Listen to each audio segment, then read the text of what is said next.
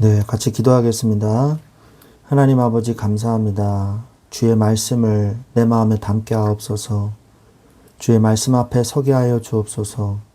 주의 말씀이 나를 살리게 하여 주옵소서. 오늘 주의 말씀으로 오늘도 나를 인도하실 줄 믿습니다. 예수 그리스도의 이름으로 기도합니다. 아멘. 네, 오늘 하나님께서 우리에게 주신 말씀은 사무엘상 5장 11절로 12절 말씀입니다. 사무엘상 5장 11절 12절 말씀을 보겠습니다. 이에 사람을 보내어 블레셋 모든 방백을 모으고 이르되 이스라엘의 신의 궤를 보내어 그 있던 곳으로 돌아가게 하고 우리와 우리 백성이 죽임당함을 면하게 하자 하니 이는 온 성읍이 사망의 환난을 당함이라. 거기서 하나님의 손이 엄중하심으로 죽지 아니한 사람들은 독한 종기로 치심을 당해 성읍의 부르짖음이 하늘에 사무쳤더라. 아멘. 네, 오늘 사무엘상 5장의 내용은 사무엘상 4장에서 전쟁을 하면서 하나님이 이스라엘에게서 언약궤를 빼앗으셔가지고 블레셋에 맡기시죠. 얼마나 이스라엘이 타락했으면 그걸 빼앗으시겠습니까? 그래서 블레셋에 가져가게 하셔서 어떻게 하셨어요?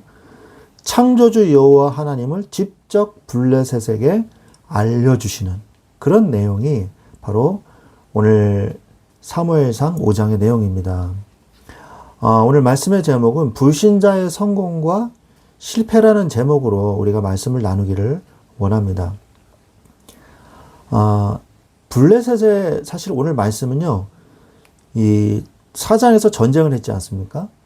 그것은 블레셋의 능력으로 이긴 전쟁이 아니었어요. 블레셋이 강력하기 때문에 그래서 이스라엘을 이긴 것이 아니었습니다.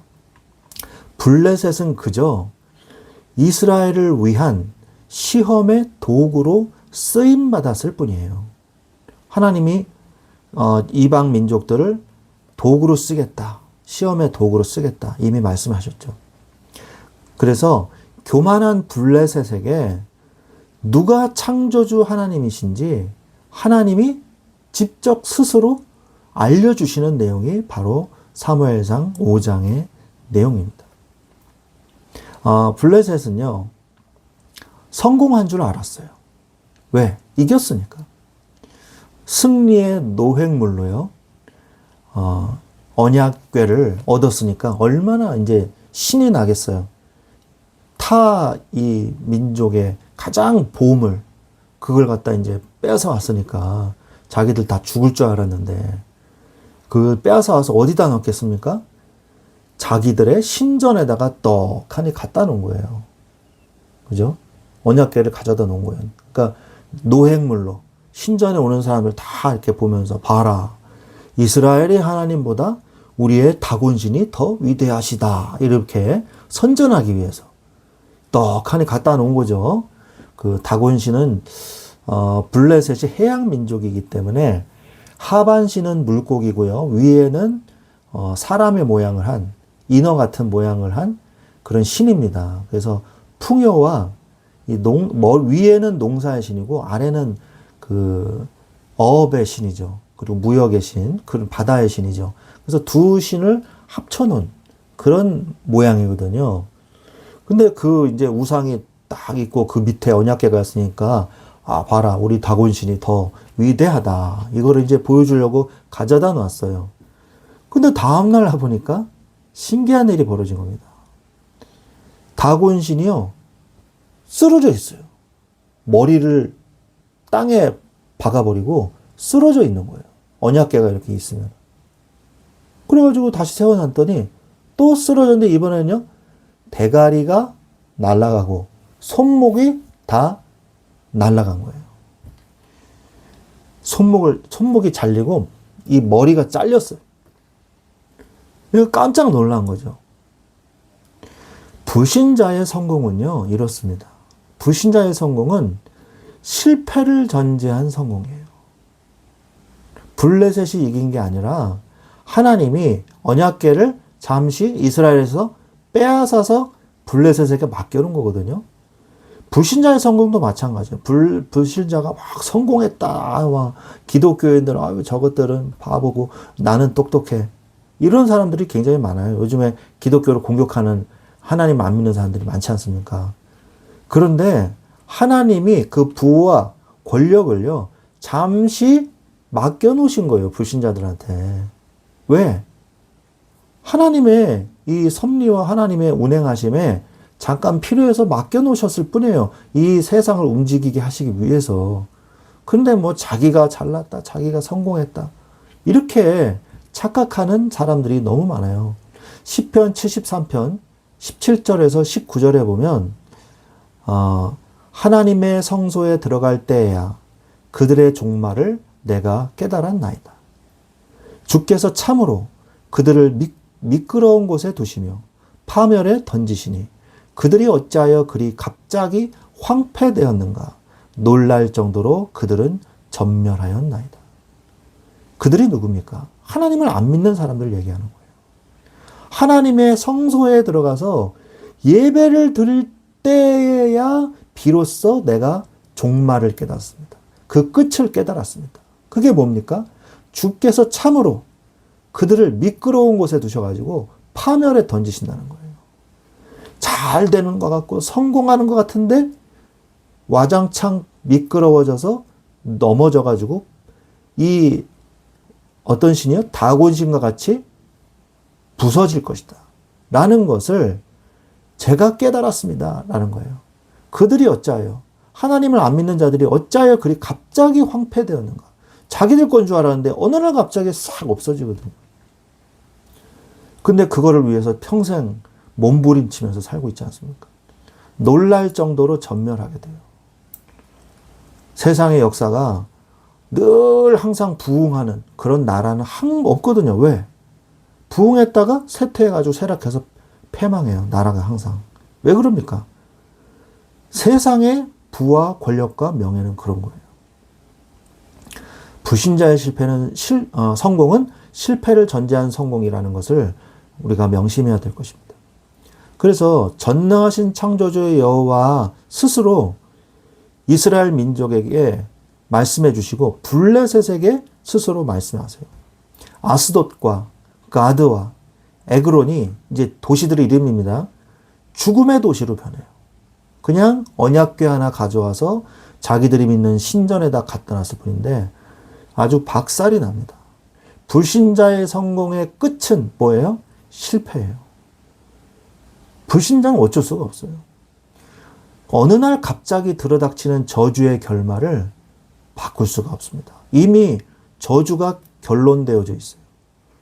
로마서 8장 1절로 2절에 죄와 사망의 법에 묶여 있다고 하나님을 안 믿는 사람들이 죄와 사망의 법 속에서 잘 먹고 잘 살고 죄와 사망의 법 속에서 돈 많이 벌고 부와 명예를 얻고 지위를 얻고 죄와 사망의 법 안에서. 그래서 뭐부터 해결해야 돼요? 죄와 사망의 법에서 생명의 성령의 법으로 해방돼야 돼요.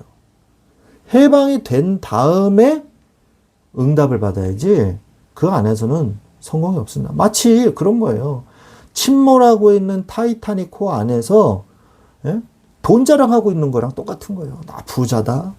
나 금이 이만큼 있다. 그럼 뭐예요? 금을 손에 옮겨쥐고서 바닷속에 차가운 바닷속으로 들어가야죠. 그게 불신자의 결론입니다. 정신 차려야 돼요. 정말. 이 불신자들이. 가는 곳마다 종기로 죽음이 퍼졌어요.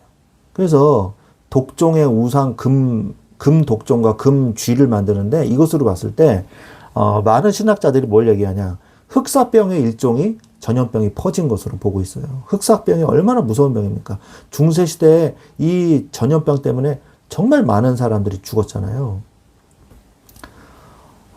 그래서 가는 곳마다 저주를 피해서 도망 다녔지만 어쩔 수가 없는 거예요. 여기 아스돗, 가드, 에그론 옮겼는데 안 되는 거예요.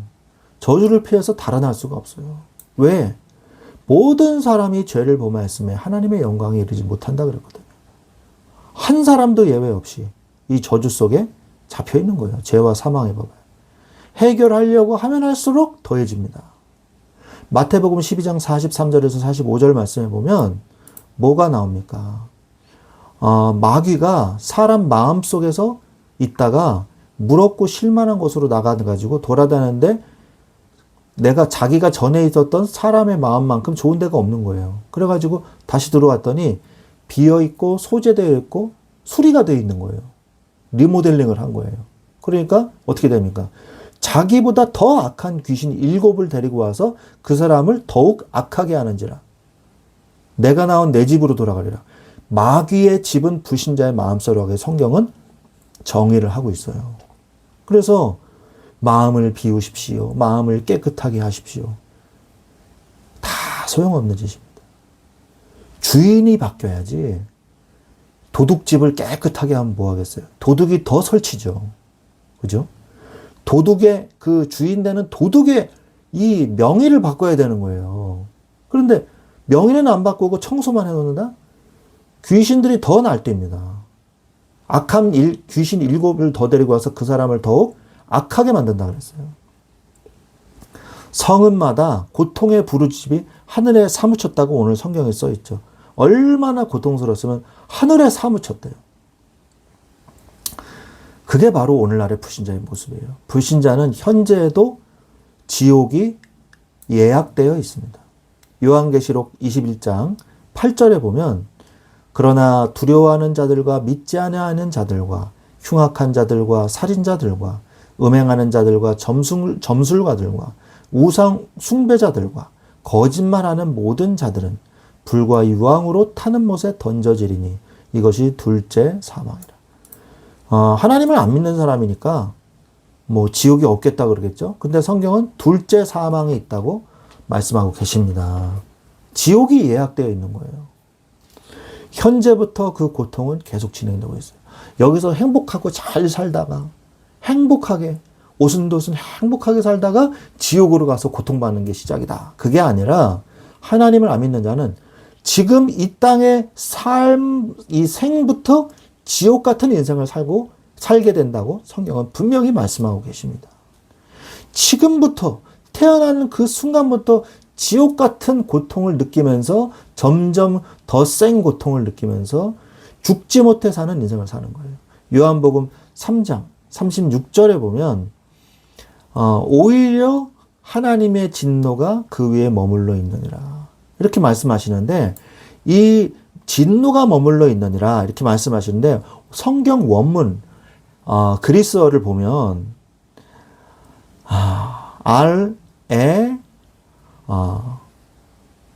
오르게 투 세우 메네이 에프 아우톤 이렇게 되어 있는데 이런 건 모르셔도 되고요. 중요한 건 뭐냐? 현재형으로 기록되어 있어요. 현재형으로. 그래서 하나님의 진노가 그 위에 지금도 머물러 있다. 이렇게 성경에 써 있다는 거예요. 한글 성경에는 잘 안 나타나잖아요. 지금도 머물러 있다는 거예요. 하나님의 진노가 이미 머물러 있다는 거예요. 그리고 계속 머물러 있다는 거예요. 문법적으로 따져보면. 이는 불신자의 상태가 미래의 심판뿐만이 아니라 현재적인 심판 아래에 있다는 것을 강조하는 성경 구절이에요. 하나님의 진노가 지금 머물러 있고 앞으로 더 쌓여질 것이고 지옥에 가서 또 계속 고통을 당할 것이다. 지금부터 고통이 시작된다. 성경은 분명히 말씀하고 계십니다. 불신자가 그렇다면 성공하려면 어떻게 될까요? 불신자가 성공하려면 어떻게 될까요? 불신자는 하나님의 도구예요. 그래서 불신자의 성공은 진정한 성공이 아닙니다. 하나님의 자녀가 또한 반대로 하나님의 자녀가 고통받는다고 해서 불신자가 축복받는 것도 아니에요. 도구일 뿐이에요. 오늘 보지 않습니까? 이스라엘 민족이 고통받는다고 블레셋이 축복받습니까? 그것도 아니에요. 그냥 도구일 뿐이지. 불신자의 진정한 성공은 자신이 죄인임을 시인하고 하나님을 인정하는 거예요. 그게 바로 저주에서 빠져나오는 길이거든요. 불신자는 하나님의 도구라는 걸 잊지 마십시오. 그 다음에 기독교인이 타락하면 이방인들도 함께 고통을 받습니다. 기독교인이 타락하잖아요. 그러면요, 덩달아서 불신자들도 같이 고통을 받아요. 같이. 오늘 말씀이 그렇잖아요. 이스라엘이 타락했어요. 그 블레셋이 언약궤를 가져감으로 인해서 큰 질병의 고통을 받게 되는 것이죠. 이스라엘이 회복을 했어요. 그러니까 사무엘상 7장 14절에 아모리 사람과 이스라엘 사이에 평화가 찾아왔다고 돼 있어요. 평화가 찾아왔다 돼 있어요. 이스라엘이 나중에 사무엘이 이제 모든 걸 정리하거든요. 그래서 사무엘이 미스바로 모여라, 회개해라. 그때 이제 회개하고 회복을 합니다. 그 다음에 아모리 사람 사이에서도 평화가 찾아왔어요. 그러니까 이스라엘이 타락하니까 주변 민족들도 같이 고통받고, 이스라엘이 회복하니까 주변 민족들도 같이 평화를 누리게 되는 거예요. 우리가 그게 바로 세상의 빛과 소금의 역할인 것이죠. 우리가 직장에서 그리스도인으로서의 역할을 못 하잖아요.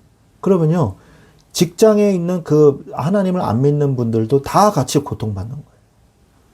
내가 가정에서 나 혼자 예수님 믿는다고 또 대충 믿지 않습니까? 같이 고통받는 거예요, 가족이. 어떻게 해야 됩니까? 더 하나님을 믿어야 돼요. 더 진짜로 하나님을 믿어서 믿음으로 그 가정이 복음화돼야 돼요. 그게 바로 나도 살고 가정도 살고 나도 살고 직장도 살고 나도 살고 세상도 사는 방법인 것입니다. 그래서 불신자가 정말 하나님의 말씀으로 불신자의 고통과 기독교인의 고통은 다르거든요. 그래서 불신자가 불순종으로 인해서 고통을 받고 회개치 않으면 그건 저주로 그냥 끝입니다. 그 결말이 저주예요. 그러나 신자가 불순종으로 인해서 고통을 받잖아요. 하지만 다시 회복하면 하나님께서는 더 큰 은혜와 축복을 신자에게 부어주시거든요. 이게 불신자의 고통과 기독교인의 고통이 다른 것입니다. 그래서 불신자도 그 저주로 결말되는 부분을 해피엔딩으로 바꾸려면 나의 죄를 자복하고 하나님 앞에 나와서 회개하고 예수 그리스도의 피로 말미암아서 구원받아야 되는 거예요. 생명만이 저주를 끊는 방법입니다. 예수 그리스도의 생명만이. 하나님을 믿고 시인하십시오. 불신자는 원죄를 깨닫고 시인해서 예수 그리스도를 믿고 영접하면 하나님의 자녀가 되는 거고, 신자가 자범죄를 깨닫고 회개하고 시인하면 예수 그리스도께로 다시 돌아와서 회복이 되는 거예요. 하나님을 믿고 시인하고 신앙을 고백하십시오. 그래서 하나님의 자녀가 되는 축복을 누리십시오. 오늘 말씀을 믿겠습니다. 불신자의 성공과 실패예요. 불신자는요, 아무리 성공해도 그것은 실패에 불과합니다. 하나님의 자녀는 실패한다 할지라도 회복할 수 있는 길이 있어요. 예수 그리스도입니다. 불신자도 예수 그리스도를 믿고 구원받아 불신자나 신자나 하나님의 자녀가 되어서 성공하는 축복을 누리시기를 주 예수 그리스도의 이름으로 축원드립니다. 아멘. 기도합니다. 하나님 감사합니다. 불신자가 성공하고 실패하는 것은 아무런 의미가 없음을 오늘 우리가 블레셋의 모습을 통해서 깨달았습니다. 하나님, 우리가 하나님의 말씀을 회복하지 못할 때 불신자들도 함께 고통을 받는 그 모습을 우리가 또한 성경에서 보았습니다. 주여, 우리가 먼저 복음을 회복하게 하여 주옵소서. 예수 그리스도를 회복하게 하여 주옵소서. 성경을 회복하게 하여 주옵소서. 그래서 내가 살고 가족이 살고 세상에 살고 불신자들이 사는 복음의 능력, 선한 영향력을 끼치는 축복을 누리게 하여 주옵소서. 주 예수 그리스도의 이름으로 기도합니다. 아멘.